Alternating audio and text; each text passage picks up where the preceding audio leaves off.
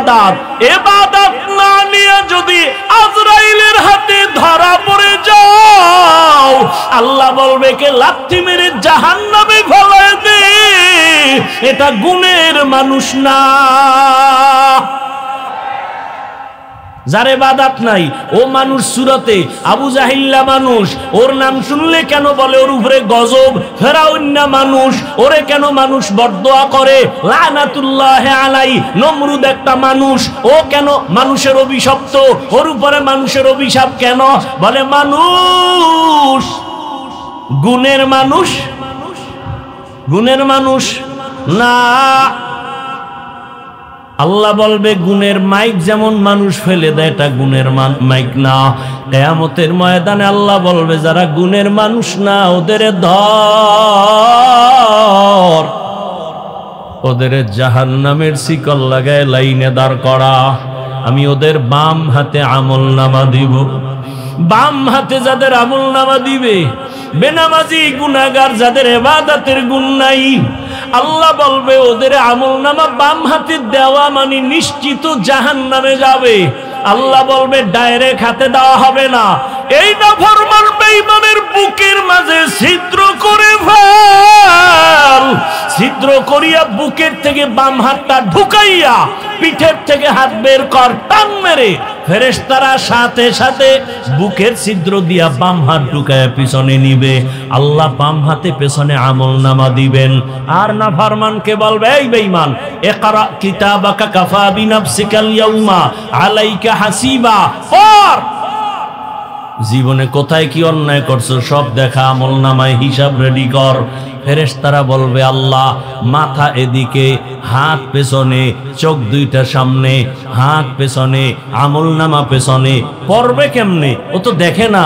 আল্লাহ আবার রাগ করবেন আর বলবে এই নাফরমান বেনামাজি বেপরদাওয়ালা বেঈমানের ঘাটটা ধইরা মোচড় দিয়া পেছনে ঘুরাইয়া দে।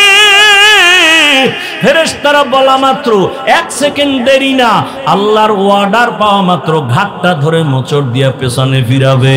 ও যুবক বাবারা, তোমার বিবেক যদি বলে আল্লাহর কোরআন সত্য, আমার এই কথাও কোরআনের বয়ান সত্য। ইয়া আইয়ুহাল্লাযীনা আমানু কু আনফুসাকুম ওয়া আহলিকুম নারা আকুদুহান নাস ওয়াল হিজারা আলাইহা মালাইকাতুন গিলাযুন শিদাদুল লা ইয়াসুনাল্লাহা মা আমারাহুম ওয়া ইয়াফআলুনা মা ইউমারুন।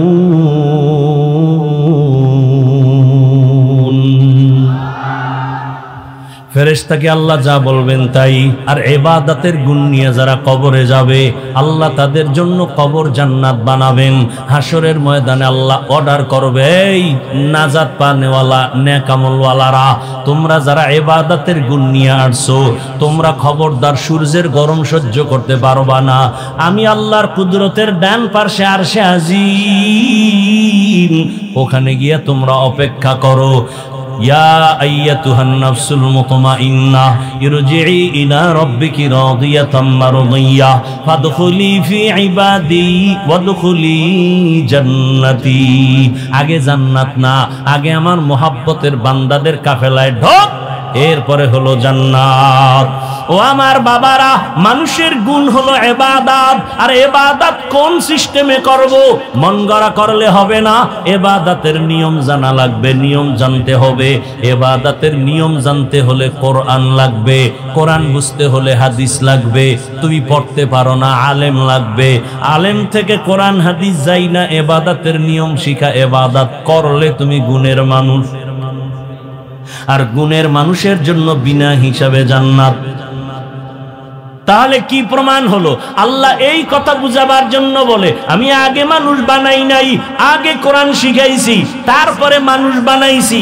অর্থাৎ যারা আলেম ওলামাদের কাছে যাইয়া কোরআন শিখা ইবাদত করবে তারা গুণের মানুষ। তাহলে গুণের মানুষ হওয়ার আগে কোরআন লাগবে, কোরআন দিয়া ইবাদত বুঝবে, তারপরে করবে, তারপরে গুণের মানুষ। আল্লাহ এদিকে ইঙ্গিত করে বলেন আমি আগে কোরআন শিখাইছি, তারপরে মানুষ বানিয়েছি। আর রহমান আল্লামাল কুরআন, খলাকাল ইনসান, আমি আগে কোরআন শিখাইয়া ইবাদতের মাধ্যমে গুণের মানুষ বানাইছি। অতএব যারা উলামায়ে কেরামের কাছে যাইয়া কোরআন হাদিসের মাধ্যমে যারা ইবাদত করবা, আলেম ওলামাদের পরামর্শ নিয়া যারা মানুষ ইবাদত করে গুণের মানুষ হইবা, তাদের জন্য আমি আল্লাহ জান্নাত বানায় রাখছি। এজন্যই বলছি বাবা, আমি হাফিজুর রহমান তো মানুষই না। বাদ দাও, আমরা যাদের থেকে লেখাপড়া শিখছি তারা আরো কত আল্লাহওয়ালা, তারা যাদের থেকে এলেম আনছেন তারা আরো আল্লাহওয়ালা। এক পর্যায়ে সাহাবায়ে কেরাম তো আরো বড় দামি। কেমন দামি? 10 জন সাহাবার নামে আল্লাহ জান্নাতে টিকিট দিয়েছেন, ঠিক নি? দুনিয়াতে টিকিট পাইছেন। জানা থাকলে বলেন, প্রথম 10 জনের মধ্যে প্রথম তার নাম কি বলেন? দ্বিতীয় জনের নাম কি? এইভাবে কতজন? তাদের ইতিহাসটা একটু খেয়াল করেন না। ও আমার পর্দার আড়ালের মা বোনেরা, ও আমার যুবক বাবারা, বৃদ্ধ বাবাজি, একটু ভালো করে শুনে নেন। সাহাবায়ে কেরামদের আমল কত সুন্দর, এলেম কত সুন্দর, তাকওয়া কত সুন্দর, জিকির কত সুন্দর, নামাজ কত সুন্দর, কত সুন্দর তাদের আমল, কত সুন্দর তাদের তাকওয়া, কত সুন্দর তাদের আকীদা, কত সুন্দর তাদের ঈমান। এরপরও আল্লাহ কত খুশি হইয়া দুনিয়াতে জান্নাতের ঘোষণা দিলেন। এরপরও তাদের ইতিহাস দেখেন। রহমতের নবী নিজে বলেন, আমি এশার নামাজ পড়ে মসজিদে নববীর পাশে আমার হুজরা আয়েশার ঘর, আমি রাতের বেলা এশা পড়ে ঘুম, হঠাৎ করে কানের মধ্যে শুনি কান্নার আওয়াজ। কে এই রাতে কান্না করে? আমার কান সজাগ হয়ে গেছে। আমি ঘুম থেকে উঠলাম, ওইটা বাহির হলাম। বাহির হইয়া মসজিদের দরজার কিনারায় গিয়া দেখি ভেতরে একটা লোক নামাজে দাঁড়ায় কান্না করে গভীর রাতে। আমি ভালো করে নজর করে দেখলাম এই গভীর রাতে নামাজে কে কান্না করে। ভালো করে তাকায় দেখলাম সাধারণ কেউ না, আমার কলিজার সাহাবী, আমার জান্নাতের আল্লাহর ঘোষণা প্রাপ্ত সাহাবী। জান্নাতি সাহাবীদের 10 জনের ভেতরে প্রথম সিরিয়ালে যিনি, তিনি নামাজে দাঁড়ায় দাঁড়ায় হাউ মাউ করে কান্না করেন। কে? আবু বকর সিদ্দিক রাদিয়াল্লাহু আনহু। নবী বলেন, আমি অপেক্ষমান। আবু বকর নামাজ শেষ করে পিছনে তাকাইয়া দেখে রহমতের নবী দাঁড়ানো। আবু বকর আশ্চর্য হয়ে বলেন, ইয়া রাসূলুল্লাহ, আমি গোপনে আমার মাওলার সাথে আমি কথা বলতেছি, আপনি কেমনে আবার এখানে হাজির হলেন? আবু বকর, তুমি জানো না তোমার কান্নার আওয়াজে আমার ঘুম ভেঙে গেছে, তুমি নামাজে দাঁড়ায় কান্না করছো কেন? আবু বকর বলেন, ইয়া রাসূলুল্লাহ, আল্লাহর আদালতে কেমনে যে দাঁড়াবো, হাসরের ময়দানে কিভাবে দাঁড়ায় জবাব দিব? বলে, এত ভয় কেন? বলে, আল্লাহর আদালতের ভয় বড় পাইতেছি। বলে, জান্নাতের টিকিট আপনার হাতে রেডি, এরপরও কেন ভয়? বলেন, ইয়া রাসূলুল্লাহ, আপনিই তো বয়ান করেছেন হাসরের ময়দান যেদিন কায়েম হবে, এই জমিন হবে কিয়ামতের মাঠ, আরাফার ময়দান সৌদি আরব হবে আল্লাহর এই স্টেজ, অথবা অনেকে বলছে সিরিয়ার জমিন। আল্লাহ যখন কিয়ামতের কায়েমের ঘোষণা দিবেন, সূর্যটা নিচে চলে আসবে, জমিন সব সমতল, মানুষগুলো ইসরাফিলের সিংহায় ল্যাংটা সব নারী পুরুষরা যার যার কবর থেকে দাঁড়াবে, দাঁড়ায় সব আল্লাহর আদালতে হাজির হয়ে যাবে। আল্লাহ বলবে, সূর্য নিচে নেমে আয়, তোর যত মুখ উপরে আছে নিচে কর, যত তাপ আছে ছেড়ে দে। সূর্যের তাপে এই মাটির জমিনটা তামা হয়ে যাবে। অন্যদিকে জাহান্নামের আওয়াজ এত বিকট আওয়াজ যে আওয়াজে হাসরের ময়দানটা থরথর করে কাঁপতে থাকবে। আবু বকর বলেন, ইয়া রাসূলুল্লাহ, আপনিই বয়ান করেছেন, এত ভয়ঙ্কর হবে হাসরের মাঠ। আল্লাহ নিজেও রাগ করে আওয়াজ দিবেন, লিমানিল মুলকুল ইয়াউম লিল্লাহিল ওয়াহিদিল কাহ্হার। এমন কঠিন অবস্থা হবে, নারী পুরুষ সব উলঙ্গ, মাথার মগজগুলো ভাতের মারের মতো ঘুরতে থাকবে। জাহান্নামের আওয়াজে সবাই পাগলের মতো হবে। নবীরা পর্যন্ত যাদের গুনাহ নাই তারাও কান্নায় বেকারার হয়ে যাবেন। আদম নবী কাঁদবেন নিজের চিন্তা, উপায় কি হবে। মুসা নবী কাঁদবেন, আমার উপায় কি হবে। ঈসা নবী কান্না করবেন, আমার উপায় কি হবে। এমন এক পরিস্থিতির মধ্যে নবীরা যদি কান্না করেন, আমি আবু বকরকে যদি আল্লাহ ডাক দেয়, আবু বকর আমার জান্নাত পাওয়ার জন্য কি নিয়ে আসছো, এমন কি আমল? আমি যদি বলি হে আল্লাহ তোমার জান্নাত আর তোমার মোহাব্বতে নামাজ তেলাওয়াত রোজার আমল নিয়ে আসছি, আল্লাহ যদি বলে আবু বকর যেইভাবে নামাজ চাইছিলাম ওইভাবে হক আদায় করে নামাজ পড়ো নাই, আমি যেইভাবে তেলাওয়াত করলে খুশি হতাম ওইভাবে তেলাওয়াত তুমি দিতে পারো নাই, যেইভাবে জিকির করলে আমি আল্লাহ নিজে খুশি হতাম ওইভাবে হক আদায় করে জিকির হয় নাই, যাও তোমার আমল তুমি নিয়ে জাহান্নামে যাও, আমার জান্নাত আমাকে দিয়া দাও। ওর দয়ার নবী তখন আমার উপায় কি হবে এই চিন্তা আমি নামাজে দাঁড়ায় কান্না করতেছি। আবু বকরের যদি হালাত হয়, আপনি আমি তো মানুষের কাতারেই নাই, নামাজ নাই, রোজা নাই। আরে আমরা যে নামাজ পড়ি না, নামাজ কি নামাজ? আমগো নামাজ কোন নামাজ? আল্লাহ কোরআনে বলছেন আরাআইতাল্লাযী ইউকাযযিবু বিদ্দীন ফাযালিকাল্লাযী ইয়াদউল ইয়াতীম ওয়া লা ইয়াহুদ্দু আলা তাআমিল মিসকিন ফাওয়াইলুল লিল মুসাল্লিন। মুসল্লি নামাজির জন্য ওয়াইল নামক জাহান্নাম। এবার বুঝেন যে কি নামাজ? ওয়াইল নামক ভয়ঙ্কর জাহান্নাম। মুসল্লি যারা নামাজি তাদের জন্য।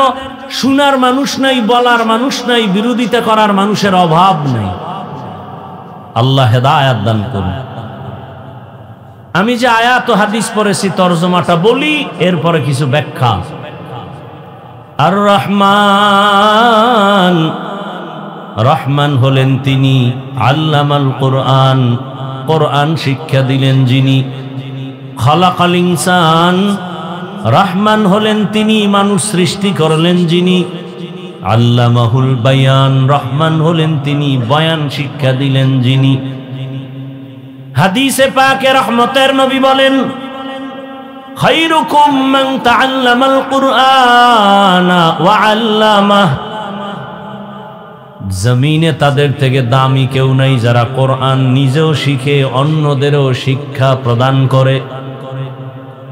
ডাইরেক্ট কোরআন শিখানো একটা, এটাও যেমন শ্রেষ্ঠ, আর একটা শিক্ষা হলো কোরআন বুঝার জন্য, ব্যাখ্যা শিখার জন্য আরো অনেক ইলম শিখি আমরা, এটাও শ্রেষ্ঠ মজলিসের অন্তর্ভুক্ত। ইভেন এই যে আমরা এখানে বসছি, এখানেও কোরআন হাদিসের শিক্ষা দেওয়া হচ্ছে, ক্লাস করানো হচ্ছে, এটাও ওই শ্রেষ্ঠ মজলিসের অন্তর্ভুক্ত। এজন্যই তো নবী বলেন এখানে বসা মাত্র জীবনের সকলের সবার সব গুনাহ মাফ। শুধু কি তাই? যতক্ষণে প্যান্ডেল মজলিস ভরা, অনবরত এখানে আল্লাহর রহমত অবতীর্ণ হতে থাকবে। রহমতের নবী বলেন ঘর থেকে যখন আপনারা বের হয়েছেন, প্রত্যেকের সাথে ৭০,০০০ ফেরেশতার একটা কাফেলা আল্লাহ দিয়ে দিয়েছেন। ওই ফেরেশতারা প্রত্যেকের সাথে আছে, আপনার মাগফিরাতের দোয়া করতেছেন। এখানে বসে ইসলামের একটা মাসআলা শিখবেন, ১০০ রাকাত নফল নামাজের সওয়াব পেয়ে যাবেন। অনেকগুলো ইসলামের বিধিবিধান মাসআলা শিখতে পারলে ১০০০ রাকাত নফল নামাজের সওয়াব পেয়ে যাবেন। আতিনা ফি দারে দুনিয়া না হাসান, আতিনা ফি দারে উকবা না হাসান, ইয়া গিয়াসাল মুস্তাগীসিন ইহদিনা লিফতিখারা বিল উলুমে ওয়াল গিনা। হর গড়ি দে নেকো তু তৈয়ার হ্যায়, जो न मांगे उससे तू बेजार है।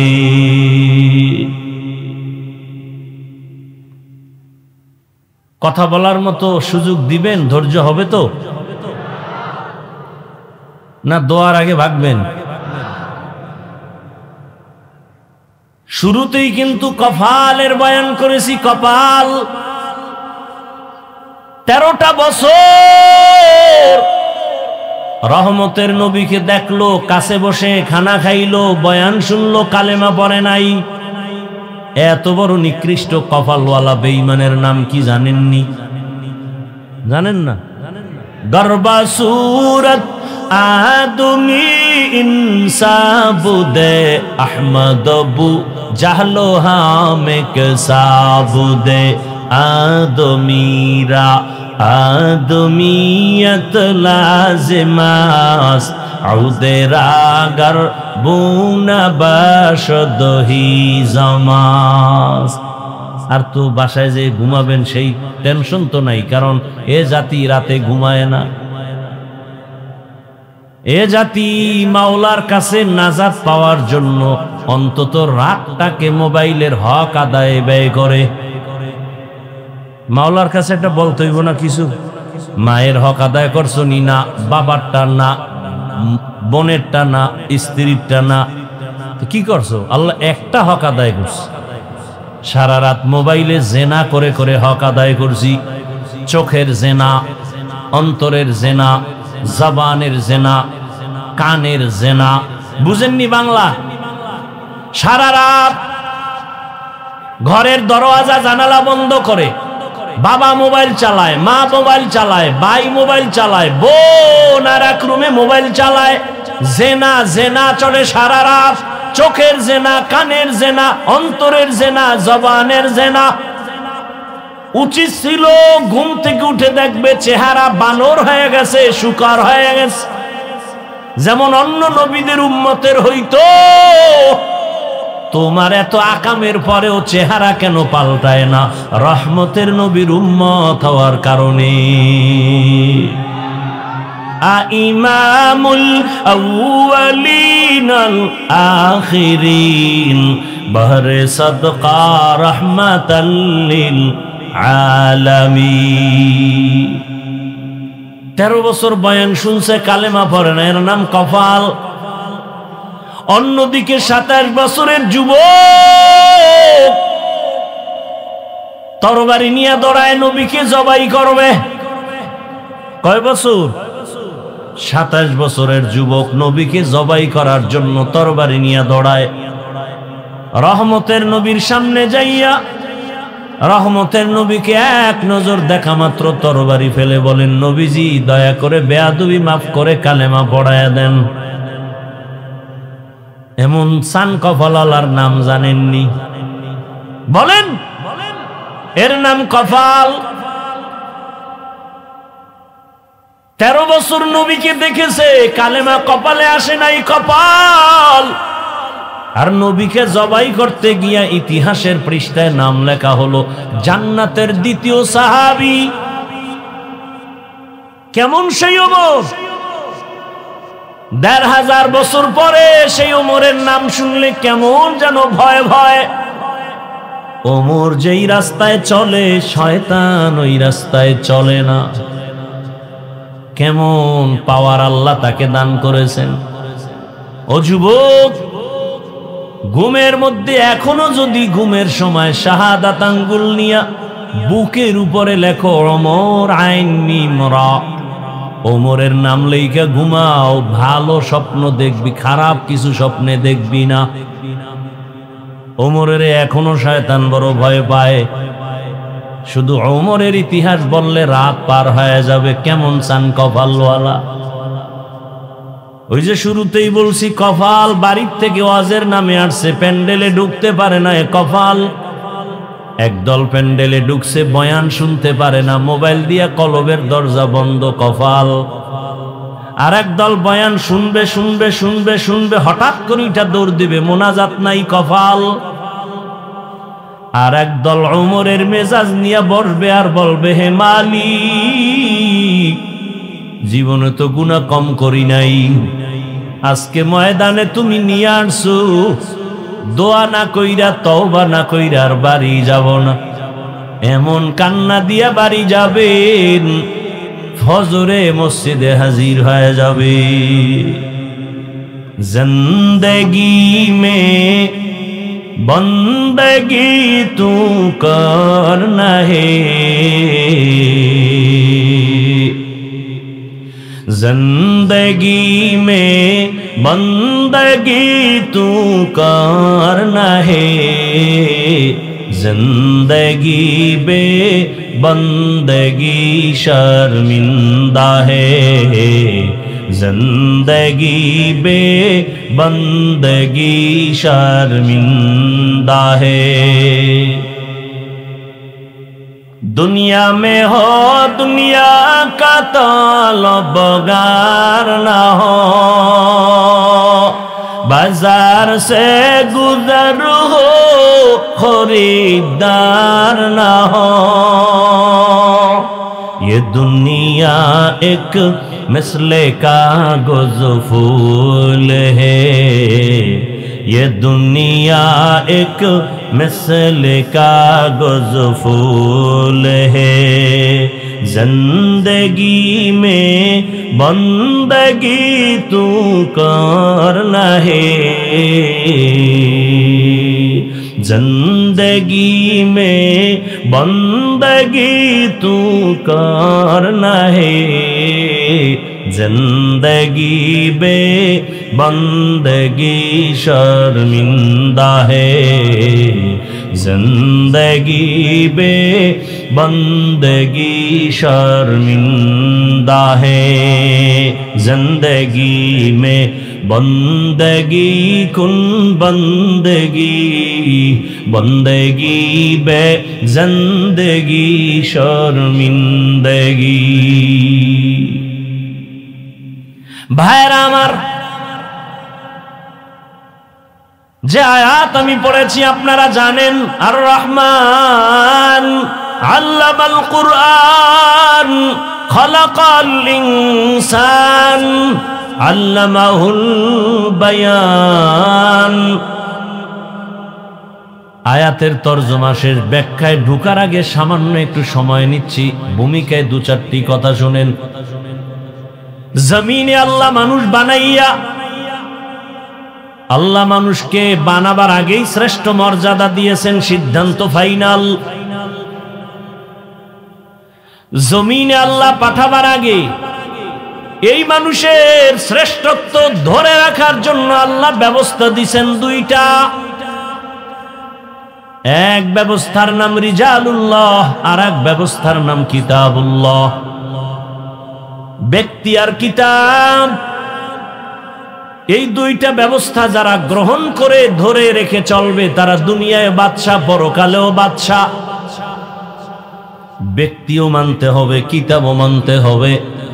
ব্যক্তিদের মধ্যে শ্রেষ্ঠ ব্যক্তি রহমাতুল লিল আলামিন, আল্লাহর দেওয়া যত কিতাব আছে শ্রেষ্ঠ কিতাব হলো কোরআনুল কারীম।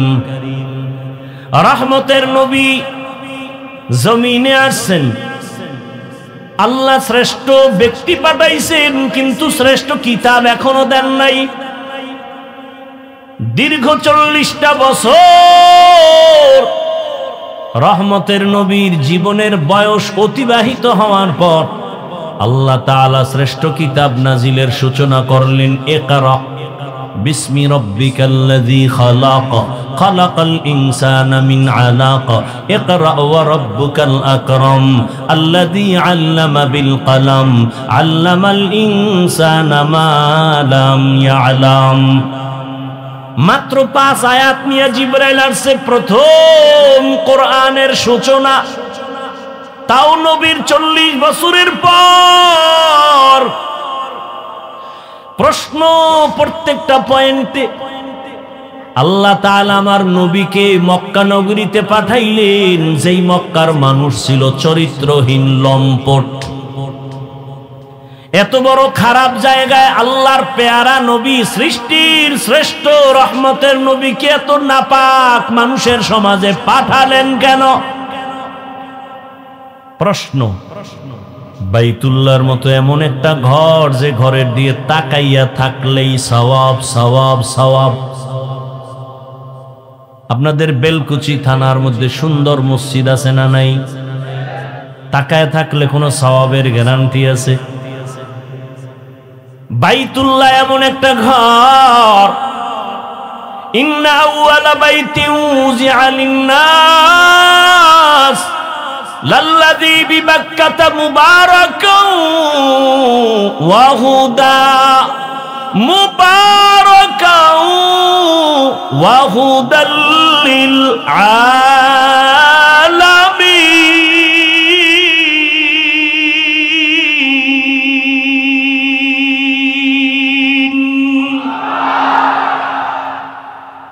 জমিন আল্লাহ বানায় প্রথম একটা ঘর বানাইলেন বাইতুল্লাহ। জমিনে কিচ্ছু নাই, কোনো প্রাণী নাই, জমিন আল্লাহ বানায় প্রথম বানালেন ঘর। নাম কি? আর জোরে বলেন। ইবাদতের ঘর, হেদায়েতের ঘর, বসবাসের ঘর না ইবাদতের ঘর বানাইছেন মানুষের জন্য। কার জন্য? মানুষের জন্য ঘরটা বানায় দিছেন ইবাদতের ঘর। মানুষ আইসা দুনিয়ায় থাকবে, বসবাসের ঘর না বানাইয়া ইবাদতের ঘর আগে বানাইলেন কেন? শুধু কেন কেন বলছি, জবাব হবে না। এত দামি ঘর মানুষের জন্য ইবাদতের ঘর বানাইলেন, হেদায়েতের ঘর, বসবাসের ঘর কেন বানান নাই? কেন বানাইলেন না? আর এত সুন্দর ঘর যারে দেখলে সওয়াব, সেই ঘরের পাশের মানুষ কেন তো চরিত্রহীন লম্পট হলো কেন? আর সেই সমাজে সৃষ্টির শ্রেষ্ঠ মহানবীরে পাঠাইলেন কেন? সেই নবীকে হেদায়েতের জন্য দিলেন কুরআন। শাহরু রমাদান আল্লাযী উনজিলা ফীহিল কুরআন হুদাল লিন্নাস ওয়া বাইয়িনাতিম মিনাল হুদা ওয়াল ফুরকান। মানুষের হেদায়েতের জন্য কোরআন দিলেন 40 বছর পরে। কেন বুঝেননি? কথা বলেন। কয় বছর পর? নবী কি অবুঝ? 40 বছর পর্যন্ত অবুঝ, তো পরে দিলেন কেন? দিলেন মক্কার মতো জায়গায় না দিয়া হেরা পাহাড়ে ঢুকাইয়া দিলেন কেন? কেন বুঝেননি? কেন? ভালো করে বুঝেন। আবার হেরা পাহাড়ের মধ্যে আমার রাসূল বাইতুল্লাহর দাম বেশি নাকি হেরা পাহাড়ের দাম বেশি? হেরা পাহাড়ের। 40টা বছর বেশিরভাগ সময় নবী বাইতুল্লাহ থেকে দূরে গিয়া হেরা পাহাড়ের গুহায় সময় কাটাচ্ছেন। যেই বাইতুল্লাহ পৃথিবীর প্রথম ঘর, হেদায়েতের ঘর, যেই বাইতুল্লাহ দেখলে সওয়াব, সেই বাইতুল্লাহ ছাড়িয়া নবী হেরা পাহাড়ে সময় কাটালেন কেন? সেই হেরা পাহাড়ের মধ্যে আমার আল্লাহ জিবরাইলের পাঠাইলেন, নবীরে কোরআন দিবেন। আল্লাহ কয়, নবী আপনি জিহ্বা নাড়ায় কষ্ট করবেন না। লা তুহাররিক বিহি লিসানাকা লিতাজালা বিহি ইন্না আলাইনা জামআহু ওয়া কুরআনা। আমি কোরআন আপনার সিনায় জমা করে দিব, আপনার কষ্ট করা লাগবে না। সেই নবীকে জিব্রাইলের দিয়া সিনার সাথে সিনা লাগায়া জোরে জোরে চাপ দিয়া নবীর জ্বর উঠাইলেন কেন? কয় চাপ? শুনেন নাই কোনদিন? কয় চাপ? 3 চাপ। এমন জোরে শেষ চাপ, নবীর জ্বর। বুখারী শরীফের বারাত, নবী বলেন আমার উপরে মরণের কষ্ট শুরু। চাপ দিবেন কেন? চাপ দিবেন কেন? আল্লাহ নিজে কয় আমি সিনায় জমা করে দিব। চাপ দিবেন কেন? দিছেন 3 বার দিছেন কেন? দিছেন জোরে দিলেন কেন? নবীরে অসুস্থ বানাইলেন কেন? কারণ আছে না নাই? ইলমেরা এজাজ করদন বেহিসাব খলকেরা দাদন জওয়াবে বাসওয়াব হক না দারত দোস্তে খলকা জারেরা নিস্তে ই খসলত একে দিনদারেরা। কেন কেন মনে রাখবেন, হুজুরদের থেকে জবাব শুনে নেবেন। এই কেনর জবাব দিতে আমার 4.5 ঘন্টা লাগছে, কুয়াকাটা আমার বাড়ির এক বয়ানে। খালি কেন কেন কেন, এরপরে জবাব শুরু। ভাইরা আমার, আল্লাহ নবীকে কোরআন দিলেন 40 বছরের পর। নবী বসে নাই, দাওয়াত শুরু হয়ে গেল। এতদিন নামাজের কথা নাই, রোজার কথা নাই, তেলাওয়াত নাই, যাকাতের কথা নাই, কোরআন আসছে, দাওয়াত শুরু। নবী ঘুরেন আর বলেন, কুলু লা ইলাহা ইল্লাল্লাহ তুফলিহুন, মান ক্বালা লা ইলাহা ইল্লাল্লাহ দাখালাল জান্নাহ। এক আল্লাহর ইবাদত করো। কয় আল্লাহ? এক আল্লাহর ইবাদত করো। ইয়া আইয়ুহান নাসু উবুদু রাব্বাকুমুল্লাযী খালাকাকুম ওয়াল্লাযীনা মিন ক্বাবলিকুম লাআল্লাকুম তাত্তাকুন। ভাল লাগে না? না কি কইলে ভাল লাগবে আমারে শিখাইয়া দাও। এই উত্তরবঙ্গের মানুষের বয়ান কোন লাইনে করলে ভাল লাগবে বলো? আমি সব লাইন পারি, খেলে আমারে বলো। আমি শুরুতে এত কথা কইয়া বেড়া দিলাম, এরপরও শয়তান বিজয় হয়ে যাইতেছে। শয়তান খালি খোঁচা দিতেছে, আর কত উঠ। এক শয়তান পাশে বসা, আর এক শয়তান বডির ভিতরে, আর এক শয়তান প্যান্ডেলের বাইরে। বাইরের শয়তানের নাম জিন শয়তান, আশেপাশের সন্তানের নাম মানুষ শয়তান, শরীরের মধ্যে যেটা আছে এটার নাম নফস শয়তান। দুই শয়তানে লড়াইতেছে, আর কত উঠ। পরে মোবাইলে শুনে নিস। আবার অনেকের সাথে আবার টাইম দেওয়া না, রাত্র 12টার পরে মিস কলের জবাব দিতে হবে আজকে। আল্লাহ হেদায়েত দান করে। ও গো নবীর উম্মতেরা,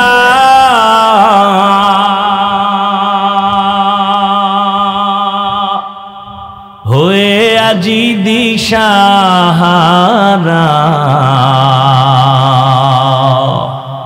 কোরআন হাদিসের চলো যখন যাহা চায় মনে, বিনে কে তরাবে উলসিরাত মিজানে, নবী বিনে কে তরাবে উলসিরাত মিজানে, উম্মতের কান্ডারি নবী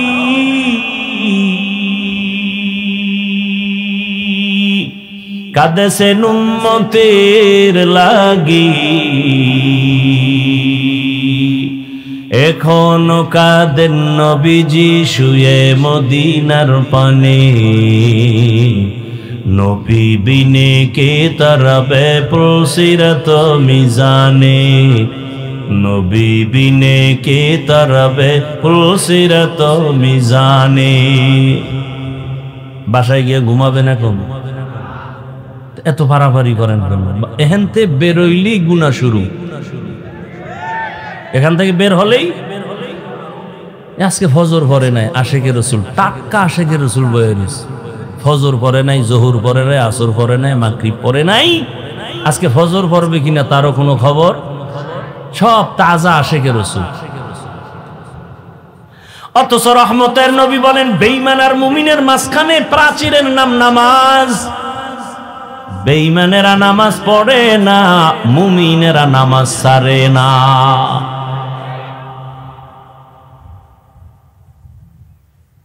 একটু শুনে যান, মানুষ কাকে বলে? মানুষ হতে পারি নাই।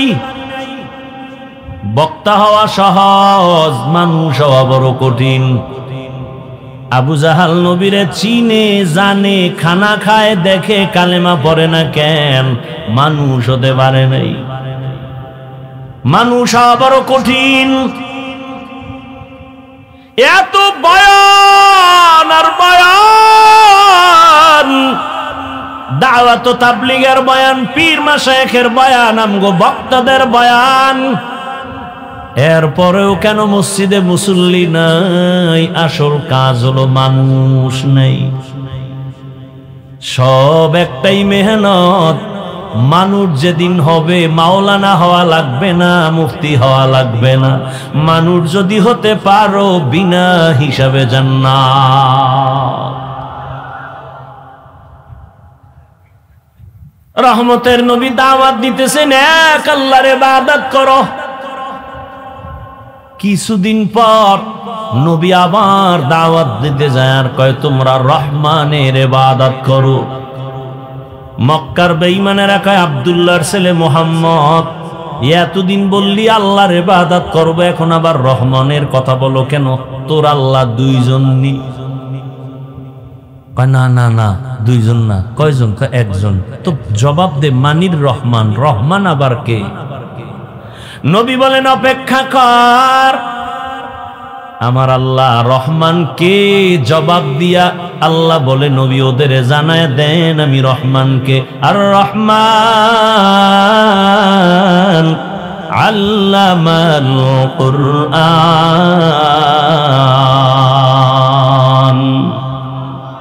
রহমান হলেন তিনি, কোরআন শিক্ষা দিলেন যিনি, খালাকাল ইনসান মানুষ সৃষ্টি করলেন যিনি।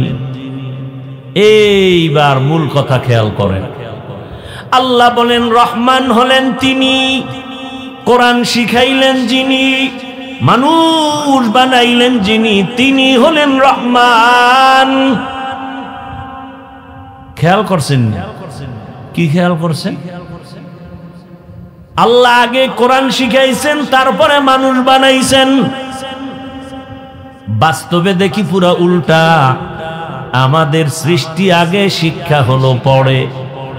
দুনিয়াতে আসছি, বড় হয়েছি, তারপরে আলিফ বাতা কোরআন শিখছি। আল্লাহ কয় না না না, আমি আগে কোরআন শিখাইছি, তারপরে মানুষ সৃষ্টি করেছি। আর রহমান আল্লামাল কুরআন খালাকাল ইনসান, আল্লাহ মানুষ আগে সৃষ্টি করেন নাই, আগে কোরআন শিখাইছেন, এরপরে মানুষ সৃষ্টি করেছেন। আল্লাহ যতই বলেন আমরা বাস্তবে তো দেখি যেটা চোখের সামনে, আমরা আগে কোরআন শিখি নাই, আমরা আগে জন্ম নিয়ে বড় হয়ে তারপরে কোরআন শিখছি। ও আল্লাহ গো, আপনি কেন উল্টা বললেন আমাদের সামনে? মুফাসসিরিনে কেরাম জবাব দেয়, ফি'লুল হাকিম লা ইয়াখলু আনিল হিকমা, হাকিমের কোনো কাজ হিকমত থেকে খালি না, জ্ঞানীদের কোনো কাজ জ্ঞান থেকে শূন্য না। আল্লাহ কেন বললেন? এর কারণ আল্লাহর আদালতে সব মানুষের কোনো দাম নাই, সব মানুষ জান্নাত পাবে না। বলে কোন মানুষ পাবে, কোন মানুষ পাবে না? জমিনে একদল মানুষ হলো বংশগত মানুষ, আর একদল মানুষ হলো জন্মগত মানুষ, আর একদল মানুষ হলো গুণের মানুষ। কয় দল হইল? জন্মগত মানুষ জান্নাত পাবে না, বংশগত মানুষের শুধু এই পরিচয় জান্নাত পাবে না, একমাত্র গুণের মানুষ পাবে জান্নাত। বংশগত মানুষ মানে আদম নবীর বংশে যারা আসছে, আদম নবীর বংশে তো হিন্দুরাও আসছে, বৌদ্ধরাও আসছে, সব নাকি হিন্দুরা অন্য নবীর? সব আদম নবীর বংশে। এই পরিচয়ে যদি জান্নাত পায়, বিধর্মীরাও জান্নাত পাবে? পাবে? পাবে না। অতএব বংশগত মানুষের পরিচয়ে জান্নাত হবে না। আমার আব্বা জানের ঔরসে আমার জন্ম, আমার আব্বা জান জন্মগত আমার বাবা, আমি তার জন্মসূত্রে সন্তান, এই পরিচয়ে জান্নাত পাওয়া যাবে না। আমার বাবার জন্মে আমি মানুষ হইতে পারি না, আমি একটা মানুষের সুরত ধারণ করে আসছি। আল্লাহ কয় আমার কাছে একমাত্র গুণের মানুষ জান্নাত পাবে। এবার গুণের মানুষ কাকে বলে শুনবেন তো, নাকি না অধৈর্য হয়ে যাইতেছেন? গুণের মানুষ কাকে বলে শুনেন, ভালো একটা মূলনীতি মনে রাখবেন আজীবন। কোন বস্তু যদি বানায়, বানানেওয়ালা কোনো কাজের জন্য বানায় নাকি এমনি? কাজের জন্য বানায়। ভালো করে মনে রাখবেন এই মূলনীতি উসুল। কোন বস্তু বানানেওয়ালা যেই কাজের জন্য বানাবে, ওই কাজ হলো ওই বস্তুটার গুণ, ওই কাজ। যেমন আমার সামনে মাউথ আছে, কথা বলি, মেশিনে আমার কথা টান দিয়া হর্ন থেকে কথাগুলো ইউনিটের মাধ্যমে বের করতেছে। এক কথায় এই মাউথ, এই মেশিন, এই মাইক বানাইলো কেন? বলে আওয়াজ দেওয়ার জন্য। তাহলে মাইকের কাজ কি? আওয়াজ না দেওয়া না দেওয়া? তাহলে এই বস্তুটা বানাইছে আওয়াজ দেওয়ার জন্য। এই মাইকের গুণ হলো আওয়াজ দেওয়া। বাতিওয়ালা বাতি বানানো কেন বানাইলো? অন্ধকার করার জন্য। কি কাজ? আলো দেওয়ার জন্য। তো বাতির গুণ কি? আলো দেওয়া। ঘড়িওয়ালা ঘড়ি বানাইছে টাইম দেওয়ার জন্য, ঘড়ির গুণ টাইম দেওয়া। পাখাওয়ালা পাখা বানাইছে বাতাস দেওয়ার জন্য, পাখার গুণ বাতাস দেয়া। মাইকের গুণ আওয়াজ দেওয়া, বাতির গুণ আলো দেওয়া, পাখার গুণ বাতাস দেয়া। যদি মাইক আওয়াজ না দেয় সবাই বলবে এটাকে ফেলে দাও। কেন? বলে এটা গুণের মাইক না। বাতির গুণ আলো দেওয়া। বাতি যদি আলো না দেয় বলবে ভেঙে ফেল, এটা গুণের বাতি না। পাখা যদি বাতাস না দেয় বলে ফেলে দাও, এটা গুণের পাখা না। এতটুকু কথা বুঝছেননি? যেই বস্তু যেই কাজের জন্য বানানো হয় ওই কাজ হলো বস্তুটার গুণ। ভালো করে বুঝো। মাইকের গুণ আওয়াজ দেওয়া, বাতির গুণ আলো দেওয়া, পাখার গুণ বাতাস দেয়া। এবার আপনারা একটু বলবেন জানা থাকলে, আমাদের মতো মানুষ আল্লাহ কোন কাজের জন্য বানাইছেন? বিড়ি টানার জন্য। ওয়ামা খালাকতুল জিন্না ওয়াল ইনসা ইল্লা লিয়াবুদুন। মা খালাকতুল জিন্না ওয়াল ইনসি বাখা জুজ ইবাদাত নিস্তে মাকসুদ আজ্জাহা। মানুষের কাজ হলো ইবাদত। মানুষের কাজ কি? তাহলে মানুষের গুণ কি? এক কথা একটু একটা শব্দ ঘুরে গেছি, মনে হয় আসমান মাথায় ঘুরে গেছে। মানুষের কাজ ইবাদত। তা যেই বস্তু যেই কাজের জন্য বানায় ওই কাজ ওই বস্তুটার গুণ। আমাদের বানাইছেন ইবাদতের কাজের জন্য, আমাদের ইবাদত করাটাই গুণ। ইবাদত করলে আমি গুণের মানুষ। মাইক আওয়াজ দিলে গুণের মাইক, বাতি ঠিকমতো আলো দিলে গুণের বাতি, পাখা যদি ঠিকমতো বাতাস দেয় গুণের পাখা, মানুষ যদি ঠিকমতো ইবাদত করে গুণের মানুষ। মাইক যদি আওয়াজ না দেয় গুণের মাইক না লাথি মেরে ফালায়া দে। মানুষ তোর গুণ হলো ইবাদত। ইবাদত না নিয়ে যদি আজরাইলের হাতে ধরা পড়ে যাও আল্লাহ বলবে কে লাথি মেরে জাহান্নামে ফালায়া দে। এটা গুণের মানুষ না। যার ইবাদত নাই ও মানুষ সুরতে আবু জাহিল্লা মানুষ। ওর নাম শুনলে কেন বলে ওর উপরে গজব। ফেরাউন না মানুষ, ওরে কেন মানুষ বরদোয়া করে লানাতুল্লাহি আলাই। নমরুদ একটা মানুষ, ও কেন মানুষের অভিশপ্ত, ওর উপরে মানুষের অভিশাপ কেন? বলে মানুষ গুণের মানুষ, গুণের মানুষ না। আল্লাহ বলবে গুণের মাইক যেমন মানুষ ফেলে দেয় এটা গুণের মাইক না। কিয়ামতের ময়দানে আল্লাহ বলবে যারা গুণের মানুষ না ওদের ধর, ওদের জাহান্নামের শিকল লাগায় লাইনে দাঁড় করা। আমি ওদের বাম হাতে আমলনামা দিব। বাম হাতে যাদের আমলনামা দিবে, বেনামাজি গুনাহগার যাদের ইবাদতের গুণ নাই, আল্লাহ বলবে ওদের আমলনামা বাম হাতে দেওয়া মানে নিশ্চিত জাহান্নামে যাবে। আল্লাহ বলবে ডাইরেক্ট হাতে দেওয়া হবে না, এই নাফরমান বেঈমানের বুকের মাঝে ছিদ্র করে ফেল। ছিদ্র করিয়া বুকের থেকে বাম হাতটা ঢুকাইয়া পিঠের থেকে হাত বের কর, টান মেরে ফেরেশতারা সাথে সাথে বুকের ছিদ্র দিয়া বাম হাত ঢুকায়া পিছনে নিবে। আল্লাহ বাম হাতে পেছনে আমলনামা দিবেন। আর নাফরমানকে বলবে এই বেঈমান ইকরা কিতাবাকা কাফা বিনাফসিকাল ইয়াউমা আলাইকা হাসিবা। পড় জীবনে কোথায় কি অন্যায় করছো সব দেখা, আমলনামায় হিসাব রেডি কর। ফেরেশতারা বলবে আল্লাহ মাথা এদিকে, হাত পেছনে, চোখ দুইটা সামনে, হাত পেছনে, আমলনামা পেছনে, পড়বে কেমনে? ও তো দেখে না। আল্লাহ আবার রাগ করবেন আর বলবে নাফরমান বেনামাজি বেপরদাওয়ালা বেঈমানের ঘাটটা ধইরা মোচড় দিয়া পেছনে ঘুরাইয়া দে।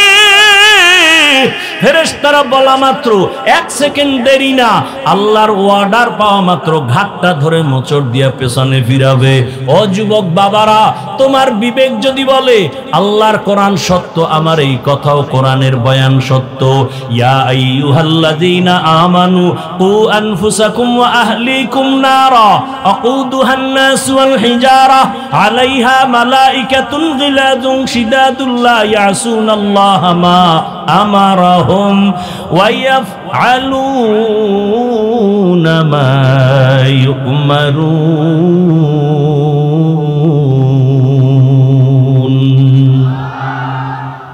ফেরেশতাকে আল্লাহ যা বলবেন তাই। আর ইবাদতের গুণ নিয়ে যারা কবরে যাবে আল্লাহ তাদের জন্য কবর জান্নাত বানাবেন। হাসরের ময়দানে আল্লাহ অর্ডার করবে, এই নাজাত পানেওয়ালা নেক আমলওয়ালারা, তোমরা যারা ইবাদতের গুণ নিয়ে আসছো তোমরা খবরদার সূর্যের গরম সহ্য করতে পারবা না। আমি আল্লাহর কুদরতের ডান পাশে আরশে আজিম, ওখানে গিয়ে তোমরা অপেক্ষা করো। ইয়া আইয়াতুহান নাফসুল মুতমাইন্নাহ ইরজিই ইলা রাব্বিকি রাদিয়াতাম মারদিয়াহ ফাদখুলি ফি ইবাদি ওয়াদখুলি জান্নাতি। আগে জান্নাত না, আগে আমার মোহাব্বতের বান্দাদের কাফেলায় ঢোক, এরপরে হলো জান্নাত। ও আমার বাবারা, মানুষের গুণ হলো ইবাদত। আর ইবাদত কোন সিস্টেমে করব? মন গড়া করলে হবে না, ইবাদতের নিয়ম জানা লাগবে, নিয়ম জানতে হবে। ইবাদতের নিয়ম জানতে হলে কোরআন লাগবে, কোরআন বুঝতে হলে হাদিস লাগবে। তুমি পড়তে পারো না, আলেম লাগবে, আলেম থেকে কোরআন হাদিস যাই না, ইবাদতের নিয়ম শিখা। ইবাদত করলে তুমি গুণের মানুষ, আর গুণের মানুষের জন্য বিনা হিসাবে জান্নাত। তাহলে কি প্রমাণ হলো? আল্লাহ এই কথা বুঝাবার জন্য বলে, আমি আগে মানুষ বানাই নাই, আগে কোরআন শিখাইছি, তারপরে মানুষ বানাইছি। অর্থাৎ যারা আলেম ওলামাদের কাছে যাইয়া কোরআন শিখা ইবাদত করবে তারা গুণের মানুষ। তাহলে গুণের মানুষ হওয়ার আগে কোরআন লাগবে, কোরআন দিয়া ইবাদত বুঝবে, তারপরে করবে, তারপরে গুণের মানুষ।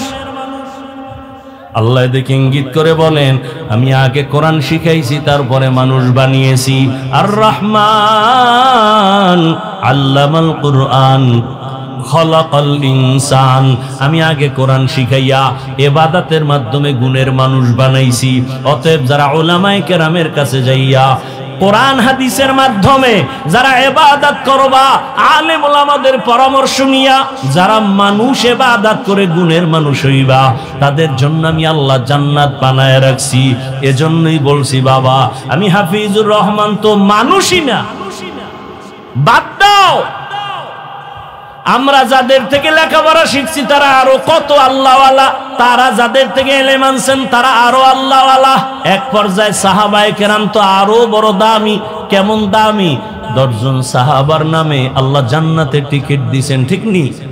দুনিয়াতে টিকিট পাইছেন। জানা থাকলে বলেন, প্রথম 10 জনের মধ্যে প্রথম তার নাম কি বলেন? দ্বিতীয় জনের নাম কি? এইভাবে কতজন? তাদের ইতিহাসটা একটু খেয়াল করেন না? ও আমার পর্দার আড়ালের মা বোনেরা, ও আমার যুবক বাবারা, বৃদ্ধ বাবাজি, একটু ভালো করে শুনে নেন। সাহাবায়ে কেরামদের আমল কত সুন্দর, এলেম কত সুন্দর, তাকওয়া কত সুন্দর, জিকির কত সুন্দর, নামাজ কত সুন্দর, কত সুন্দর তাদের আমল, কত সুন্দর তাদের তাকওয়া, কত সুন্দর তাদের আকীদা, কত সুন্দর তাদের ঈমান। এরপরও আল্লাহ কত খুশি হইয়া দুনিয়াতে জান্নাতের ঘোষণা দিলেন। দিলেন। এরপরও তাদের ইতিহাস দেখেন, রহমতের নবী নিজে বলেন, আমি এশার নামাজ পড়ে মসজিদে নববীর পাশে আমার হুজরা আয়েশার ঘর, আমি রাতের বেলা এশা পরে ঘুম, হঠাৎ করে কানের মধ্যে শুনি কান্নার আওয়াজ। কে এই রাতে কান্না করে? আমার কান সজাগ হয়ে গেছে। আমি ঘুম থেকে উঠলাম, ওইটা বাহির হলাম। বাহির হইয়া মসজিদের দরজার কিনারায় গিয়া দেখি ভেতরে একটা লোক নামাজে দাঁড়ায় কান্না করে গভীর রাতে।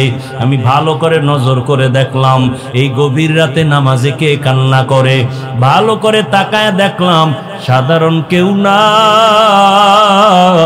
আমার কলিজার সাহাবী, আমার জান্নাতের আল্লাহর ঘোষণা প্রাপ্ত সাহাবী। জান্নাতি সাহাবীদের 10 জনের ভেতরে প্রথম সিরিয়ালে যিনি, তিনি নামাজে দাঁড়ায় দাঁড়ায় হাউ মাউ করে কান্না করেন। কে? আবু বকর সিদ্দিক রাদিয়াল্লাহু আনহু। নবী বলেন আমি অপেক্ষমান। আবু বকর নামাজ শেষ করে পিছনে তাকাইয়া দেখে রহমতের নবী দাঁড়ানো। আবু বকর আশ্চর্য হয়ে বলেন, ইয়া রাসূলুল্লাহ, আমি গোপনে আমার মাওলার সাথে আমি কথা বলতেছি, আপনি কেমনে আবার এখানে হাজির হলেন? আবু বকর, তুমি জানো না তোমার কান্নার আওয়াজে আমার ঘুম ভেঙে গেছে, তুমি নামাজে দাঁড়ায় কান্না করছো কেন? আবু বকর বলেন, ইয়া রাসূলুল্লাহ, আল্লাহর আদালতে কেমনে যে দাঁড়াবো, হাসরের ময়দানে কিভাবে দাঁড়ায় জবাব দিব? বলে এত ভয় কেন? বলে আল্লাহর আদালতের ভয় বড় পাইতেছি। বলে জান্নাতের টিকিট আপনার হাতে রেডি, এরপরও কেন ভয়? বলেন ইয়া রাসূলুল্লাহ, আপনিই তো বয়ান করেছেন হাসরের ময়দান যেদিন কায়েম হবে, এই জমিন হবে কিয়ামতের মাঠ, আরাফার ময়দান সৌদি আরব হবে আল্লাহর এই স্টেজ, অথবা অনেকে বলছে সিরিয়ার জমিন। আল্লাহ যখন কিয়ামতের কায়েমের ঘোষণা দিবেন, সূর্যটা নিচে চলে আসবে, জমিন সব সমতল, মানুষগুলো ইসরাফিলের সিংহায় ল্যাংটা সব নারী পুরুষরা যার যার কবর থেকে দাঁড়াবে, দাঁড়ায় সব আল্লাহর আদালতে হাজির হয়ে যাবে। আল্লাহ বলবে সূর্য নিচে নেমে আয়, তোর যত মুখ উপরে আছে নিচে কর, যত তাপ আছে ছেড়ে দে। সূর্যের তাপে এই মাটির জমিনটা তামা হয়ে যাবে। অন্যদিকে জাহান্নামের আওয়াজ এত বিকট আওয়াজ যে আওয়াজে হাসরের ময়দানটা থরথর করে কাঁপতে থাকবে। আবু বকর বলেন, ইয়া রাসূলুল্লাহ, আপনিই বয়ান করেছেন এত ভয়ঙ্কর হবে হাসরের মাঠ। আল্লাহ নিজেও রাগ করে আওয়াজ দিবেন, লিমানিল মুলকুল ইয়াউম লিল্লাহিল ওয়াহিদিল কাহ্হার। এমন কঠিন অবস্থা হবে, নারী পুরুষ সব উলঙ্গ, মাথার মগজগুলো ভাতের মারের মতো ঘুরতে থাকবে। জাহান্নামের আওয়াজে সবাই পাগলের মতো হবে। নবীরা পর্যন্ত যাদের গুনাহ নাই তারাও কান্নায় বেকারার হয়ে যাবেন। আদম নবী কাঁদবেন নিজের চিন্তা, উপায় কি হবে। মুসা নবী কাঁদবেন আমার উপায় কি হবে। ঈসা নবী কান্না করবেন আমার উপায় কি হবে। এমন এক পরিস্থিতির মধ্যে নবীরা যদি কান্না করেন, আমি আবু বকরকে যদি আল্লাহ ডাক দেয়, আবু বকর আমার জান্নাত পাওয়ার জন্য কি নিয়ে আসছো, এমন কি আমল? আমি যদি বলি হে আল্লাহ, তোমার জান্নাত আর তোমার মোহাব্বতে নামাজ, তেলাওয়াত, রোজার আমল নিয়ে আসছি, আল্লাহ যদি বলে আবু বকর যেইভাবে নামাজ চাইছিলাম ওইভাবে হক আদায় করে নামাজ পড়ো নাই, আমি যেইভাবে তেলাওয়াত করলে খুশি হতাম ওইভাবে তেলাওয়াত তুমি দিতে পারো নাই, যেইভাবে জিকির করলে আমি আল্লাহ নিজে খুশি হতাম ওইভাবে হক আদায় করে জিকির হয় নাই, যাও তোমার আমল তুমি নিয়ে জাহান্নামে যাও, আমার জান্নাত আমাকে দিয়া দাও। ওর দয়ার নবী, তখন আমার উপায় কি হবে এই চিন্তা আমি নামাজে দাঁড়ায় কান্না করতেছি। আবু বকরের যদি হালাত হয়, আপনি আমি তো মানুষের কাতারেই নাই, নামাজ নাই, রোজা নাই। আরে আমরা যে নামাজ পড়ি না, নামাজ কি নামাজ? আমগো নামাজ কোন নামাজ? আল্লাহ কোরআনে বলছেন, আরাআইতাল্লাযী ইউকাযযিবু বিদ্দীন ফাযালিকাল্লাযী ইয়াদউল ইয়াতীম ওয়া লা ইয়াহুদ্দু আলা তাআমিল মিসকিন ফাওয়াইলুল লিল মুসাল্লিন। মুসল্লি নামাজির জন্য ওয়াইল নামক জাহান্নাম। এবার বুঝেন যে কি নামাজ। ওয়াইল নামক ভয়ঙ্কর জাহান্নাম মুসল্লি যারা নামাজি তাদের জন্য। আমরা তো সেই নামাজ পড়ি মিথ্যা বলি, নামাজ পড়ি ওয়াদা খেলাফ করি, নামাজ পড়ি পর্দা করি না, নামাজ পড়ি সুদ খাই, ঘুষ খাই, এই নামাজি আমরা। তাহলে আবু বকর যদি কান্না করেন, রাসূল নিজে কান্না করেন, সাহাবায়ে কেরাম সবার কান্না, আপনার আমার কি পরিমাণ কান্না করা উচিত বলার সময় নাই। সাহাবাদের জীবনী আমাদের আদর্শ, এত কান্না নিজেরা করেছেন। একজন সাহাবী নবীজির একটা আদেশ একটু মানছে, ঠিক একটু দেরি, সাথে সাথে মানে নাই। নবীর মনে কষ্ট, কথা বন্ধ, সালাম বন্ধ। নবী মসজিদে আসে, সাহাবীও আসে, নবী তাকান না, কথাও বলেন না। সাহাবীর মাথা গরম হয়ে গেছে, আমি বোধহয় মইরা যাব, নবী যদি না তাকায়, সালাম না নেয়, আমার মতো পোড়া কপাল কেউ নাই। এতটা ভয়, ঘরের মধ্যে গিয়া বিবিরে কয়, বিবি আমার কপাল খারাপ, সব ঘুমায় গেছে। এইবার কয়, বিবি চলো একটা রশি হাতে নাও, মসজিদের মধ্যে চলো, নবীর মসজিদে নববী। মসজিদে নববীর মধ্যে আসিয়া বিবি আর সাহাবী আর কেউ নাই। মসজিদে ঢুকে একটা খুঁটির গোড়ায় বৈশা কয়, ও বিবি, রশি দিয়ে আমার হাত পিছনে দিয়া খুঁটির সাথে ভালো করে বাঁধো, পিছনে বাঁধো, এমন বাঁধা বাঁধবা যে আমার এই রশির বান কাউকে খুলতে দেয়া হবে না। আমার রাসূল আমার উপরে বেজার, আমার খানা খেয়ে লাভ নাই, বেঁচে থেকে আমার সার্থকতা নাই। বিবি তুমি আমাকে ভালো করে বেঁধে ঘরে যাও, আসবা না। আমি এখানে বসে আমার মাওলার কাছে এমন কাঁদাই যে কাঁদবো, যতদিন পর্যন্ত আল্লাহ আয়াত দিয়া নবীকে বলবেন না আমারে মাফ করছেন, ততক্ষণ কান্না বন্ধ করব না। সাহাবী কুটির গোড়ায় রশি দিয়া বাঁধা, কান্না বন্ধ নাই। নামাজ পড়ে ইশারা ইঙ্গিতে কান্না চলছে, এমন কান্না, নবী তাকান না, কথাও বলেন না। নবী নামাজ পড়ায় চলে যান, অন্যদের সাথে কথা চলে, সাহাবীর সাথে কথা নাই। এমন কান্না কানতেছে, রাতে এমন পরিমাণ কান্না।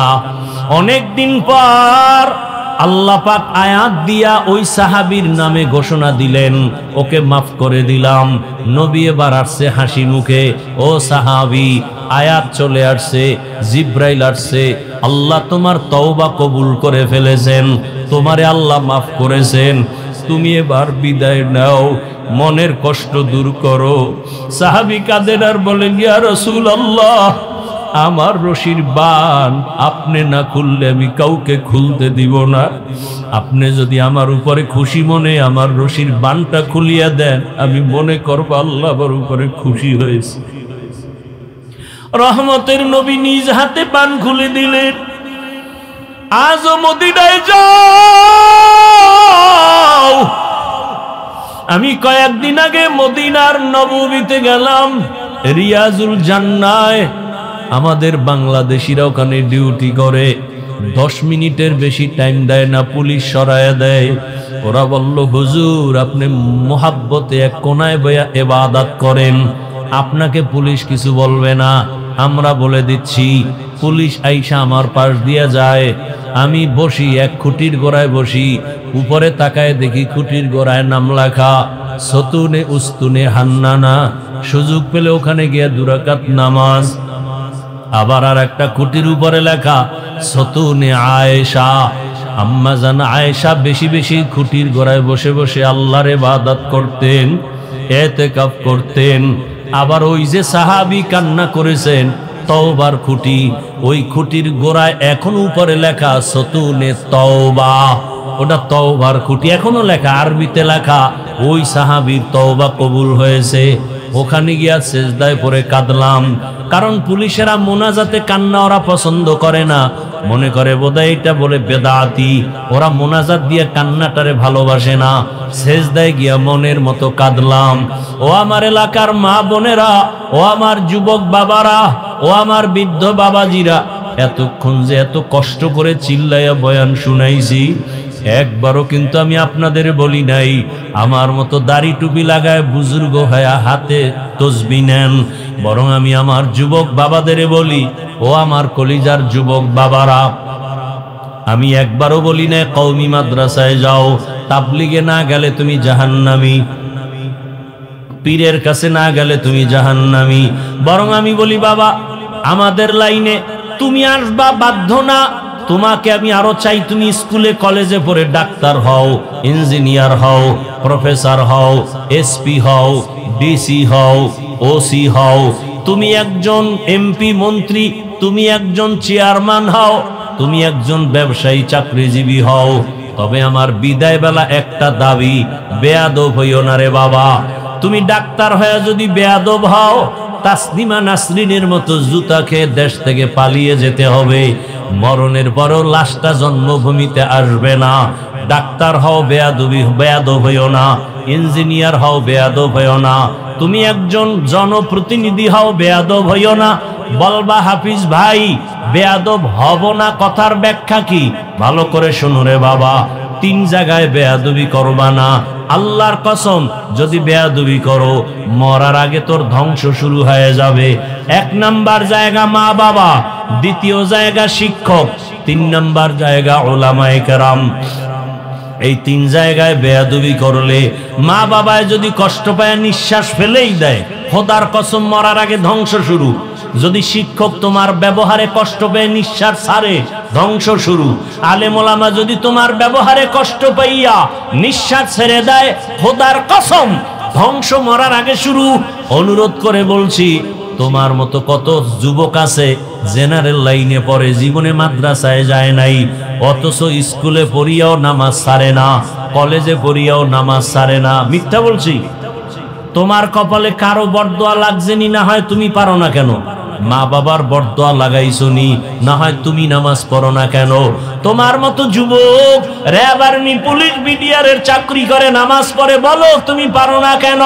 তোমার মতো যুবক ডাক্তার, প্রফেসর, ইঞ্জিনিয়ার, এমপি মন্ত্রী অভাব নাই, ব্যবসায়ী চাকরিজীবী, এসপি ডিসি 5 ওয়াক্ত নামাজ পড়ে নাই?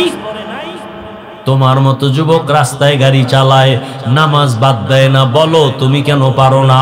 তোমার মতো যুবক নদীর মধ্যে মাছ ধরে, নামাজ ছাড়ে না। তোমার মতো যুবক কৃষি কাজ করে, শ্রমিকের কাজ করে, নামাজ বাদ দেয় না, বলো তুমি কেন পারো না? তুমি কি মনে মনে ভাবছো হুজুরেরা মিথ্যা কয়? মনে মনে ভাবছো কোরআন মিথ্যা? একটা প্রমাণ দে, এখন দাড়ি কেটে ফেলবো, দুনিয়ার সব কোরআন জ্বালায় দিব, যদি একটা ভুল বের করে দিতে পারো। পারবা? পারবা না। বরং তোমার বড়রাও অপচেষ্টা করে পারে নাই। অতএব তোমার হাতে পায়ে বিনয়ের সাথে অনুরোধ করে ধরে বলি, আর নামাজ ছাড়িও না। জীবনে মনের জাল মিটে এত গুনাহ কম করো নাই। মনে শখ লাগছে নামাজ পড়বা না, পড়ো নাই। মনে শখ আসছে দাড়ি কাটবা, কেটেছো। মনে শখ লাগছে পার্কে যাবা, দৌড়ায় গেছো। মনে শখ লাগছে সারা রাত মোবাইলে গুনাহ করবা, করেছো। এখনো কি তওবা করবা না? ও পর্দার আড়ালের মা বোনেরা, আপনার মতো কত আল হেফাজত করে আম্মা জানেরা, বোনেরা, আপনারা কেন নামাজ পড়তে পারেন না? কয়দিন আর মার্কেটে ঘুরিয়া নিজের ইজ্জত নষ্ট করবেন? একটা সন্তানকে আদর্শ ডাক্তার বানায় যান, আদর্শ ইঞ্জিনিয়ার বানায় যান, আরে আদর্শ কোরআন পড়নেওয়ালা বানায় যান। আপনার সন্তান যদি আপনার আদর্শ পাইয়া সুন্দর ব্যবহার দেয়, কোরআন শিখতে পারে, ডাক্তার হইয়াও কোরআন তেলাওয়াত করবে, নামাজের সময় নামাজ আদায় করবে, আপনাদের জন্য দোয়া করবে, ওলামায়ে কেরামের সাথে সুন্দর আচরণ করে চলবে, এমন ডাক্তার হতে পারলে আপনার সন্তানও ধন্য, আপনার জীবনও ধন্য। এরে আম্মা জানেরা, কয়দিন আর দুনিয়ায় বাঁচবেন? এমন একটা দিন নাই গাড়ির নিচে, পানির নিচে যুবকের লাশ দেখা যায় না, ঘুমের বিছানায় লাশ। কোন দিন মরণ হবে জানা নাই। এখনো সময় আছে, তওবা করেন। মনেরে বুঝান রে মন, জীবনে কত স্বাধীনভাবে চলছি আর গুনাহ করেছি। আজকে থেকে তৈরি হয়ে গেলাম, আমার মতো নারী যদি নামাজি থাকে আমি কেন পারবো না? আমার মতো নারী যদি স্বামীর খেদমত করে আমি কেন পারবো না? আমার মতো নারী যদি মোবাইল না চালায় আমি কেন পারবো না? আমি একটা ভালো সন্তানের মা হইয়া কবরে যাই, পারলে আলেমের মা হইয়া যাই, পারলে হাফেজে কোরআনের মা হইয়া যাই। যদি জেনারেল লাইনেও সন্তান থাকে, অন্তত আদর্শওয়ালা সন্তানের মা হইয়া কবরে যাই। আপনার জীবন ধন্য। যুবক বাবারা, এখনো সময় আছে, মনটাকে বুঝাইয়া তওবা করো। আল্লাহকে বলো, হে আল্লাহ, আমার মতো যুবক জেনারেল লাইনে থাকিয়া 5 ওয়াক্ত নামাজ পড়ে যদি চাকরি করে, ব্যবসা করে, আমি জীবনে তো গুনাহ কম করি নাই, আজকে থেকে তওবা করতে চাই। হে আল্লাহ, আপনি আমাকে এই মাহফিলের ময়দানে নিয়ে আসছেন, আমি তওবা করি, আর নামাজ ছাড়বো না, দাড়ি কাটবো না, বেপরদায় চলবো না, মা বাবার সাথে বেয়াদবি করবো না, শিক্ষকের সাথে বেয়াদবি করবো না, ওলামায়ে কেরামের দোয়া পরামর্শ নিয়া নবীজির সুন্নত অনুযায়ী জীবন চালাবো। তওবা করার মতো যদি অন্তর তৈরি হয়, মুনাফিকি যদি না থাকে, খাঁটি তওবার নিয়ত যাদের আছে, দুটো হাত আমার আল্লাহকে দেখায়া দেন। আয় আল্লাহ, হাতগুলো কবুল করে নেন। আয় আল্লাহ, আমাদের তওবা কবুল করে নেন। তওবার উপরে মজবুত হইয়া চলার তৌফিক দান করেন। আমিন।